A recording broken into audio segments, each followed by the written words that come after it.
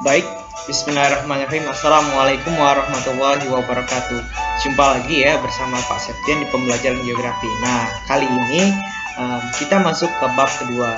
Bab kedua ini kita akan membahas tentang peta, kemudian penginderaan jauh, kemudian sistem informasi geografi ya. Jadi untuk pertemuan kali ini kita akan membahas peta. Ya. Jadilah seperti angin, meski tak nampak namun tetap menyejukkan ya. Tetap Pak Septian slow, flawless, anti galau. Oke, let us pray together. Pray start.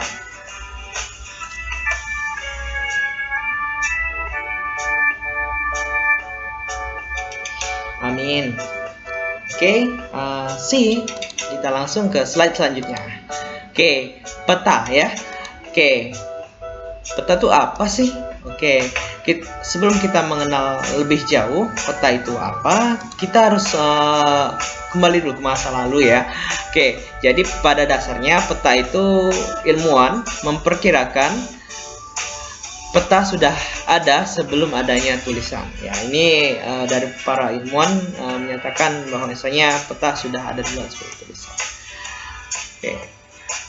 Jadi peta itu pertama kali ditemukan di kota tertua ataupun kota Kirkuk yang ada di Mesopotamia ya, di sini. Nah, ini kota Kirkuk. 2500 tahun sebelum Masehi. Dilukis di atas tanah liat, tablet tanah liat. Pernah lihat peta tertua di dunia? Oke, peta tertua di dunia seperti ini. Srip. Oke, ini peta tertua di dunia ya. Masya Allah, dia diukir ataupun digambarkan di atas tanah liat. Jadi masih tetap ada ya. Oke, pengertian peta itu pada dasarnya, peta adalah gambar permukaan bumi yang rinci ya, dan ukurannya telah diperkecil pada suatu bidang datar sebagaimana penampakannya. Jadi peta itu pada dasarnya gambaran permukaan bumi yang diperkecil, baik itu dalam bentuk 2 dimensi ataupun 3 dimensi. Kalau 2 dimensi seperti ini ya, peta ini contoh dari peta 2 dimensi. Peta yang sudah pernah saya buat itu contohnya peta kepadatan penduduk tahun Kota Palembang tahun 2017. Nah, jadi ini Kota Palembang yang sebenarnya itu besar, namun digambarkan di atas peta dengan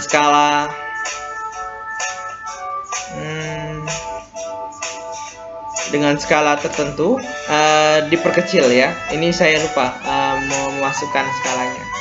Oke, jadi dia diperkecil dengan ukuran sesuai skalanya. Oke, langsung saja kita ke slide selanjutnya. Jadi pada intinya peta itu gambaran permukaan bumi yang diperkecil di suatu bidang datar ya. Ngerti ya? Kita slide selanjutnya. Oke, next. Oke, tadi kita sudah membahas tentang sejarah, kemudian di mana dia dilukiskan, peta itu apa. Kemudian kita masuk ke jenis-jenisnya. Oke, jenis peta itu jadi ada dua ya. Peta yang paling pertama itu peta umum ya. Nah, Pak, Indonesia itu kan gede nih. Nah, tapi dengan adanya peta Indonesia yang begitu luasnya, yang terbentang dari Sabang sampai Merauke, itu terlihat kecil di suatu bidang datar ya. Nah, jadi fungsi peta itu disinilah kita belajar. Jadi jenis peta yang pertama itu ialah peta umum. Nah, jadi atlas ya, atlas, peta dunia, peta topografi, relief, dan permukaan bumi. Ini peta Indonesia ya, atlas, dan ini atlas. Jadi mereka masuk di peta umum. Kenapa disebut peta umum? Karena dia menggambarkan kenampakan permukaan bumi secara umum ya, penggambarannya secara umum. Oke. Kedua itu ada peta tematik. Jadi ada dua ya. Peta tematik itu Pak seperti apa? Peta tematik itu dia penggambaran kenampakan fenomena tertentu. Jadi ibarat kalau yang ini peta umum itu petanya hanya nasi goreng biasa ya. Nah, Dengan peta tematik ibarat nasi goreng itu ditambah telur, ditambah ayam, ditambah sosis. Nah, jadi ada bumbu atau ciri khas tertentu yang menunjukkan identitas dari peta itu. Contohnya ini ya, peta kepadatan penduduk. Kita lihat di sini ya. Ini di Pulau Jawa itu 1000 per kilometer persegi penduduknya tinggal. Nah, oke, yang kuning ini sedang ya. Oke, nah jadi dari peta ini kita bisa membaca kepadatan penduduk di tiap-tiap provinsi di Indonesia. Oke, selanjutnya ada ini ya, contoh jenis ikan. Ini juga termasuk peta topografi. Kemudian ini peta sebaran flora dan fauna. Jadi dari sini kita juga bisa melihat sebaran-sebaran flora faunanya. Contoh harimau, Sumatera, Kalimantan, kemudian cendrawasih yang hanya ada di Jawa. Oke, lanjut ya. Kita ke slide selanjutnya. Oke, fungsi peta ya. Fungsi peta itu yang pertama ialah menunjukkan lokasi ya, menunjukkan lokasi. Oke, kalau kalian buka WA, teman kalian minta Sherlock dong. Oke, kalian tinggal klik ini ya, mampirkan, tambahkan lokasi. Jadi mempermudah teman kalian untuk memperkirakan di mana tempat kalian berada. Oke. Kemudian menentukan arah serta jarak. Nah, jadi misalnya kalian di sini ya. Nah, kalian sudah Sherlock, tapi teman kalian di sini. Nah, teman kalian juga bisa ke tempat kalian dengan cara melalui jalur yang sudah ditentukan di Google Maps. Jadi selain menentukan lokasi, dia juga menentukan arah supaya kalian bisa menentukan jarak ataupun rute mana yang harus kalian pilih ya. Kemudian menjelaskan keadaan suatu tempat. Oke, contohnya ini ya, kalau menjelaskan suatu tempat, contohnya kalau kita lihat di Google Maps ini, dia gambarnya ini merah nih ya. Nah, berarti di sini macet. Jadi kita bisa pakai rute yang lain. Selain itu juga kita juga bisa melihat rute-rute lokasi-lokasi yang lain. Misalnya di sini ada banjir. Oh, ini di salah satu di kota Jakarta misalnya ya. Banjir nih di sini, berarti kita lewatnya ke jalur yang lain. Seperti itu. Oke, baik, selanjutnya itu ada peta berdasarkan skala ya. Oke, peta berdasarkan skala ini dibedakan menjadi 4 ya. Oke, ini ada 4. Contohnya yang paling besar itu ini ya, ataupun peta berskala kadaster itu yang gambarnya terperinci, kemudian cakupannya kecil. Nah, masuk ke peta skala besar, cakupannya agak luas, kemudian kedetailannya itu, tingkat kedetailan dari suatu peta itu mulai berkurang. Peta sedang, cakupannya makin luas, kemudian tingkat akurasi atau detail dari suatu peta tersebut mulai berkurang ya. Ini pada skala 250.000 hingga 1.500.000. Oke, hingga peta skala kecil cakupannya sangat luas ya, sangat luas dengan skala 1:500.000 sampai 1 juta ya. Namun tingkat kedetailannya itu tidak sama dengan peta kadaster ya pada umumnya. Jadi semakin kecil skala itu semakin luas cakupannya, namun kedetailannya sangat maksud saya semakin kecil skala semakin luas cakupannya, namun tingkat kedetailannya itu kurang. Semakin besar skala maka semakin detail suatu gambar yang ditunjukkan, kemudian semakin sempit wilayah cakupannya. Oke, seperti itu ya. Oke, kita lanjutkan ke slide selanjutnya.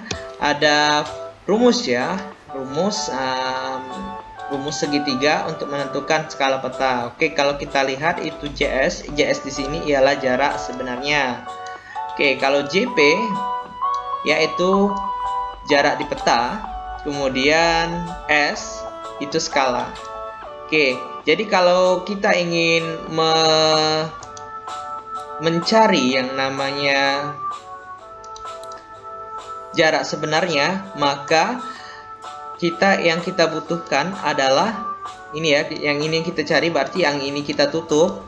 Yang ini kita tutup seperti ini, berarti JP jarak pada peta dikali skala ya. Oke, kalau kita mau cari skala, maka skalanya kita tutup.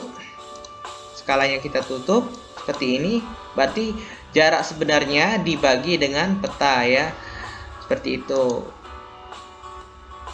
Dan juga yang lainnya, misalnya kita mau nyari jarak di peta, maka JP-nya kita tutup ya, kita tutup, berarti jarak sebenarnya dibagi dengan skala seperti itu. Oke, saya gambarkan lagi ya, ini biar gampang. Nah, seperti ini. Kalau di bawah dia dikali ya, dikali, kalau di sini dibagi. Nah, seperti itu.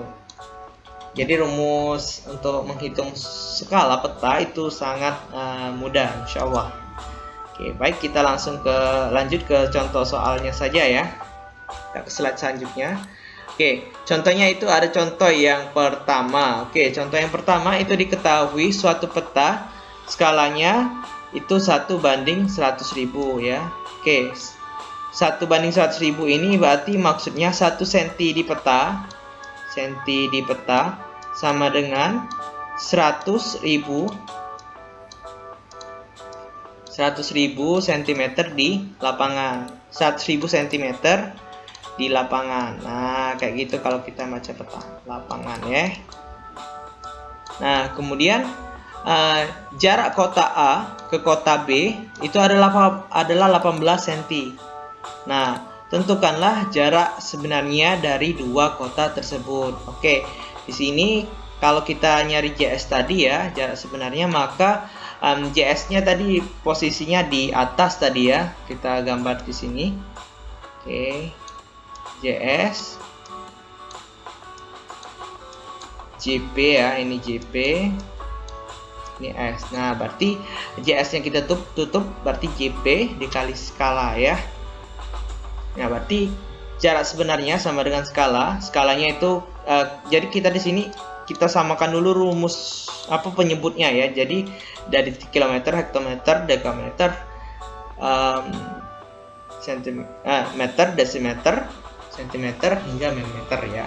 Jadi ketika disamakan penyebutnya, oke, 100.000 ya. Jadi jarak di peta tadi kebetulan cm, ini cm ya, 100.000 dikali 18 itu 1.800.000 ya. Tapi kalau pada jarak sebenarnya satuannya enggak cm, tapi kita harus ubah menjadi kilometer. Jadi naik tangga 1, 2, 3, 4, 5 ya, atau dibagi dengan 100.000. Jadi 18 km di jarak sebenarnya. Oke, seperti itu. Oke, lanjut ke soal selanjutnya. Kita hapus dulu ini. Oke, soal yang kedua sama saja. Kita bedah lagi ya. Oke, jarak kota X ke kota Y pada peta adalah 9 cm. Oke, berarti ini